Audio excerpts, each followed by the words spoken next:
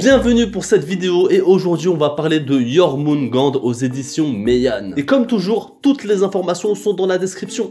L'histoire nous raconte la vie de Jonah, un enfant soldat qui hait les armes depuis qu'il a perdu ses parents lors d'un bombardement. Il s'infiltre alors dans une milice privée qui a pour boss une jeune vendeuse d'armes répondant au nom de Koko Ekmatayar.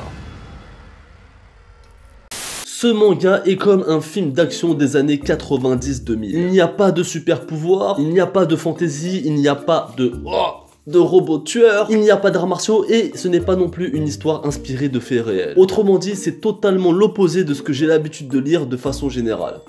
À part pour Isaac, de mémoire.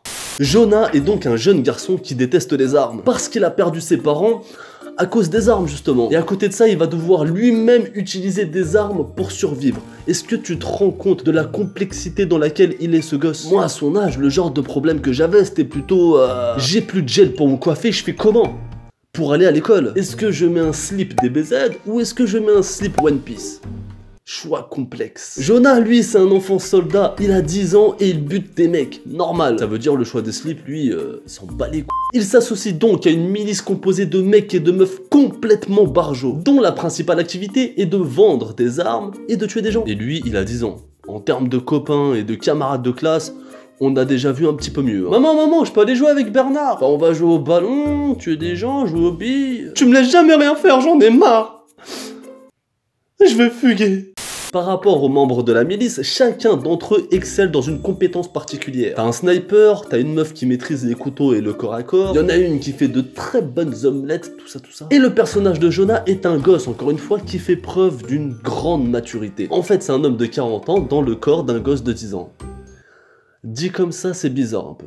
Dans ce manga, on est plongé dans ce qu'on appelle l'art de la guerre. Go Wikipédia. Et lors de ma lecture, des questions sont apparues comme: faut-il faire la guerre pour arrêter la guerre? Faut-il être à la tête de la vente des armes pour définir qui a le droit d'en avoir et qui n'en a pas le droit? Le lait avant ou après les céréales?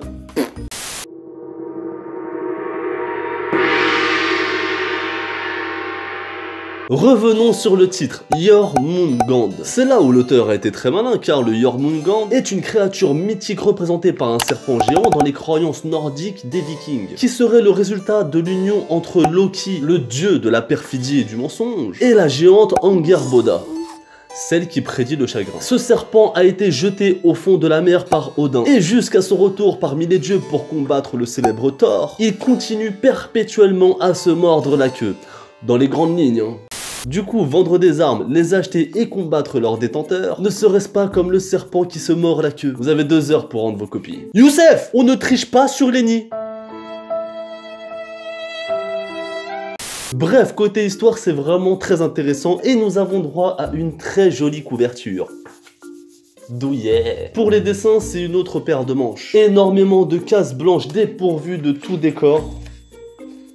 Voilà, plus ou moins. Tu vois, blanc, blanc, blanc, blanc, blanc, blanc, blanc, blanc, noir, noir, noir. Bon, t'as compris. Hein. Pour les personnages, on a des traits parfois très approximatifs et des scènes d'action par moments un peu brouillons. Mais dans l'ensemble, ça va, ça passe. Pour conclure, est-ce que Jormungand est bien?